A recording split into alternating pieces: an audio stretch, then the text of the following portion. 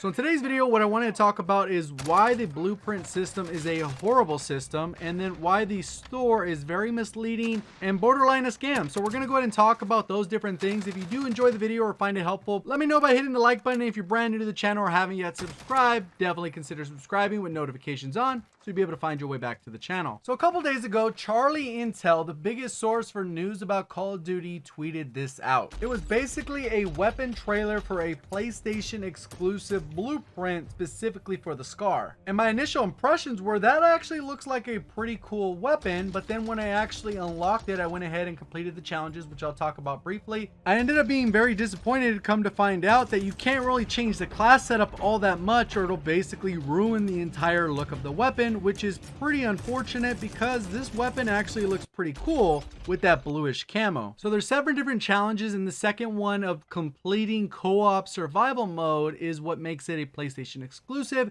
at least for the first year until that October 2020 timeline. But regardless of that, since I'm on PlayStation, I decided to go ahead and complete those challenges and see what this weapon blueprint was all about. When you actually click on the weapon blueprint, it actually looks pretty nice. I didn't give much thought to the class setup at this point. I just said, hey, you know what? I'm gonna complete these 7 challenges and I'm gonna get this blueprint. So pretty much up to this point in the entire game's life cycle, I've been doing camo challenges. I haven't really worried about blueprints at all because for the most part, the earlier blueprints, they kind of were all this blackish, grayish tone that was very similar to the way the weapons looked in the first place. So you weren't really noticing how glaring this big issue is. And if I'm being honest, I was pretty much only using the armory for my own blueprint. So I didn't even really notice this issue until I actually went after this specific blueprint. So if I were to actually have my SCAR level 1, this blueprint would be a step up because some attachments are better than no attachments generally. But since I've already gotten platinum on all of my rifles,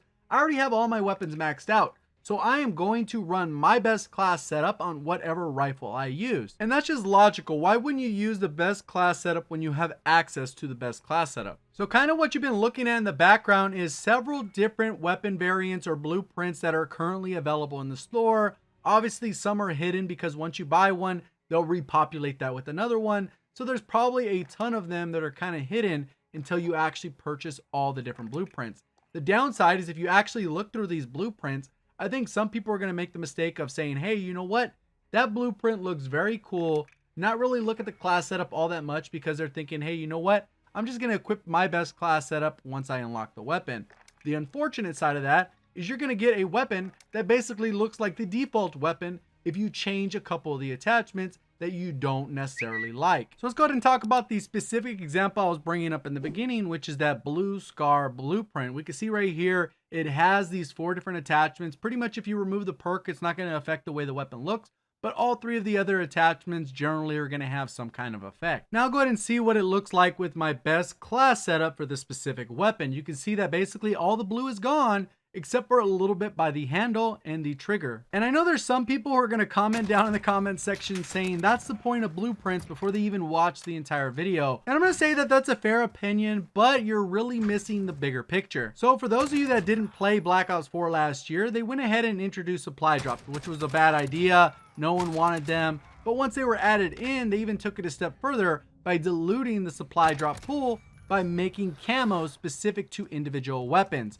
They started off making them so that they would cover every individual weapon. So once you got one specific camo, you were set and you'd be able to equip that individual camo on any weapon you had. And if you had a brand new weapon, you were able to put that specific camo on it. And when they ended up making this switch so that the camos were weapon specific, people were actually pretty upset because then you get a camo for some kind of sniper and you never use snipers, or you'd get it for another weapon that you didn't want or didn't use. And unfortunately, you just wouldn't be able to use that camo. Now let's go ahead and fast forward to this year with blueprints within Modern Warfare. Regardless if it's Infinity Ward or Activision that's in charge of this particular decision, they've figured out how to take it even a step further with these particular camos or blueprints. And what they've done is they've taken the concept where a camo fits a specific weapon to the extreme. Now you get a camo that only works on a certain set of attachments on a particular weapon, which is completely absurd. Let's go ahead and take a look at a couple more examples. Right here we have the Fireclaw, and this one's called the Tiger's Eye blueprint. And overall, this class setup isn't all that bad.